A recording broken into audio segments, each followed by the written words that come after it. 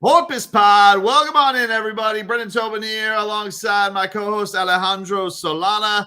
And sometimes, listen, when you record these podcasts, timing just lines up perfectly. And right as we get to our recording booth, we find out the news, Solana, the grand petty of them all. A hell of a Sunday night football matchup. Yes, sir. 12, Tua v. Herbert. Dolphins versus Chargers. How excited are you? Let's go, baby. We got it. Not only Tua versus Herbert, but prime time, Tobin. Woo. Prime time. That fourth quarter interception by Herbert, the inevitable fourth quarter INT by Herbert to seal it, will come under the lights on Sunday Night Football. Even better.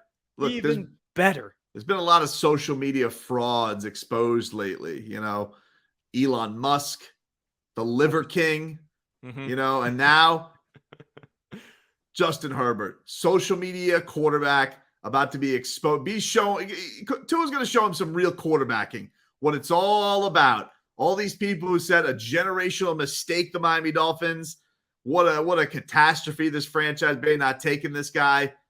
Well, now we're going to see what's what right there for all the country to watch. It is a beaut. It's funny you bring up the Liver King because I went into like a deep dive right after the show today, an hour-long YouTube video exposing the Liver King. But we could talk about that another time.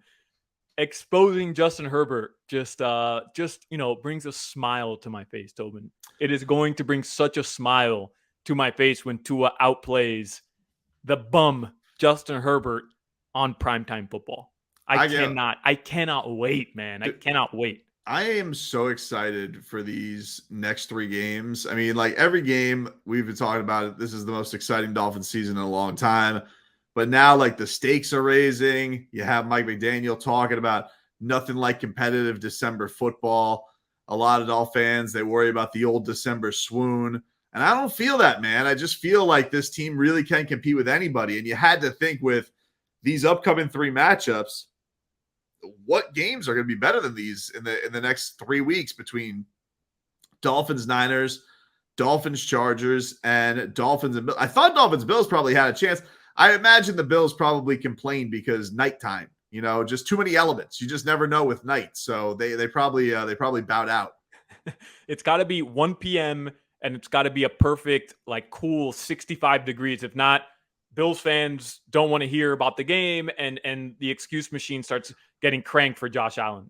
Right. It doesn't happen if that's the case. So, look, we'll take it. I mean, I would have liked Dolphins Bills, but you know what? I'm fine with this because I think this one's personal. This is what everybody would have laughed at a year ago if you would have said Herbert versus Tua. Of course, I'll take Herbert. Now you really get to make it a debate over the week. It's the last football game of the day. And and by the way, also bumps that Patrick Mahomes out of there. So that'll make all those KC fans nutty because how could you bump the great Patrick Mahomes? I'll tell you why, because nobody wants to see him versus Russell Wilson. Guy sucks. His own teammates don't want him out there. Yeah, let's see the MVP work. All right, let's see the MVP on Sunday Night Football. We've all seen Patrick Mahomes enough. Guess what? We'll see you in the playoffs. All right, yeah. Patty. We'll see you in the playoffs, Patty. But right now, let's let the MVP work under the lights, under the primetime lights. And Tobin, there's business to be settled. You know what I mean? There's business to be settled with a lot of the bums that you were mentioning, the national media, even some Dolphins fans who, I still get the text, Tobin, that they'd still trade Tua for Herbert right now. Listen, you won't be saying that come week 14 of the NFL. I hope you're not friends with those people. Like, are these people that you have to interact with? Are these people that? No. These are just the 560 texters. Oh yeah, well, they're the worst. You want to talk about a different breed. Ever since I've come over from 790, the 560 texters and callers. Holy crap! There's guys who are just like, I don't like the way this McDaniel talks. Oh, you don't? You would tell me you didn't watch him mic'd up and say that was the greatest 4 minutes you've ever spent in your life. Clock.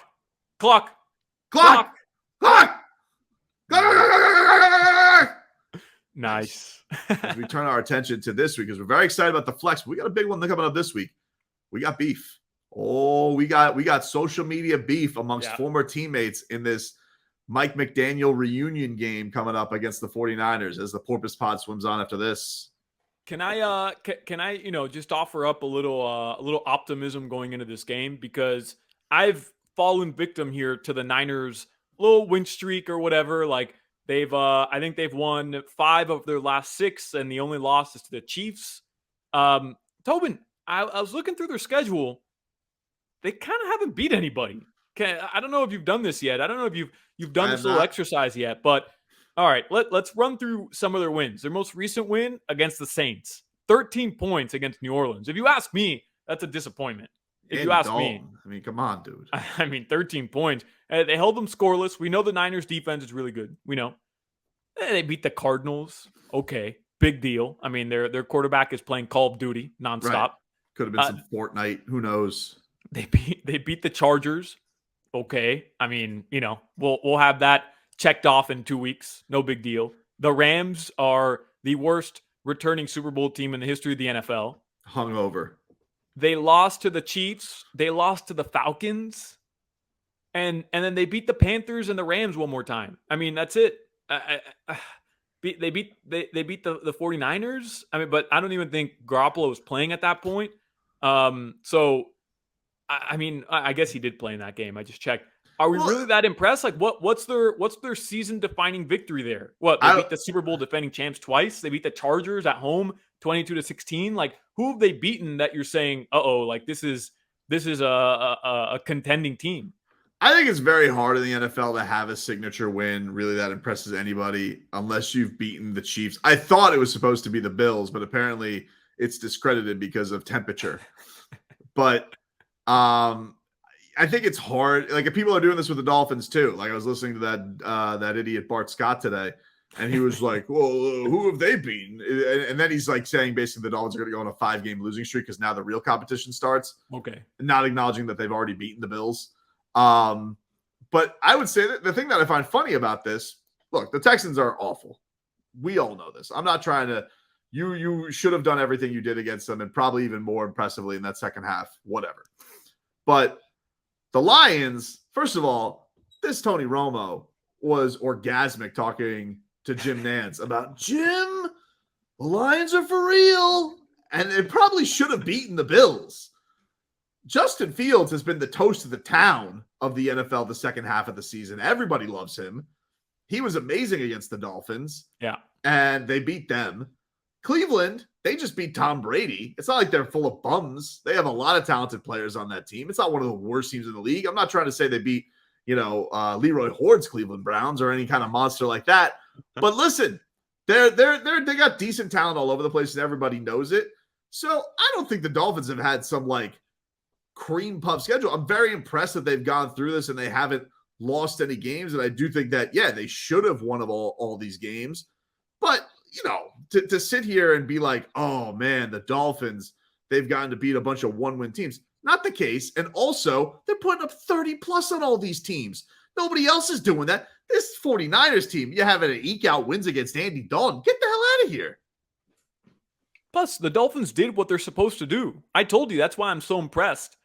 This team never would have done that in years past. They never would have gone 5-0 during this stretch, ever.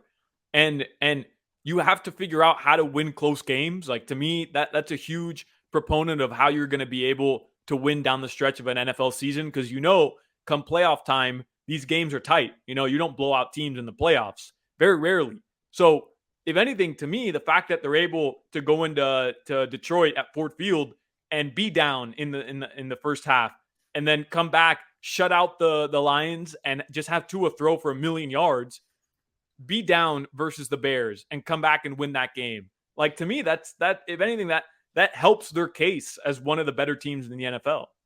Not only that, but it's like, hey, dum-dums, they started off 3-0 and then they lost their quarterback, who we're all acknowledging is an MVP candidate by odds and by credentials this year. He didn't play in 3 games. Those are the games they've lost. What are we talking about here? That they've had a cream puff schedule? Shut up.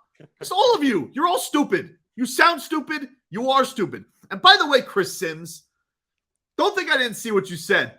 Oh, let me get this for you. This dummy. He says, Now the Dolphins have to be recognized as a force. Now? Oh, okay. Really? Okay, dude. Okay. Oh, so Okay. glad you were impressed.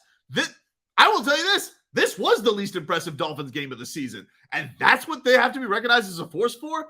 You know what needs to be recognized as a force? Your forehead. That's what needs to be recognized as a force. Shut up, dude. It is pretty big. I mean, I've got a big forehead, but I mean that dude's got a huge noggin, bro. Dude, listen, I don't have a small noggin either, but those guys are they're in another weight class. All right, you and we're Manny Pacquiao. That's Riddick Bowe. Okay. That's heavyweight style. Now they beat the Texans. Now they're a force. Yeah. Thanks, Chris. Oh, really? Thanks. They got to 8-3 and all but locked up a playoff berth. Now we have to take them serious. Way to really go out on a limb there, Chris Sims. Way to really put your foot out there for the Dolphins. Way to do it. What? He gets my blood boiling. I am annoyed. And also, by the way, Niners, all these guys rallying around Jimmy G. You guys didn't want him. Okay. You didn't even let him practice in the summer. What kind of who treats somebody like this? Somebody you've been to a Super Bowl with, you won't let him practice? Not even a few snaps? You make him kick. You make him sit over there with the kickers because you wanted to play Trey Lance. By the way, thanks for that trade, dummies. We'll take Jalen Waddle. We'll take Tyreek Hill. We'll take Bradley Chubb. We'll also take Jeff Wilson Jr. for a 5th-round pick, Tobin. Yeah. For a 5th-round pick. Let me tell you something. Hey, I tell you what, John Lynch, do yourself a favor. Make sure you eat lunch before the game starts, because otherwise, I'm pretty sure Chris Greer is going to go up and take your lunch money. We go out there, they'll trade you a already pre-chewed piece of gum, and he'll probably come out with a 5-course meal. That's how he does with you. Fleeces you, dude. He's the shepherd. You're the sheep. Get ready, San Francisco. It's coming for you, dude. This whole league doesn't know what's in for him, Solana. We're pumping it up, dude. Let's go, baby. 9-3. 9-3, Tobin. 9-3. We'll talk to you guys after a win.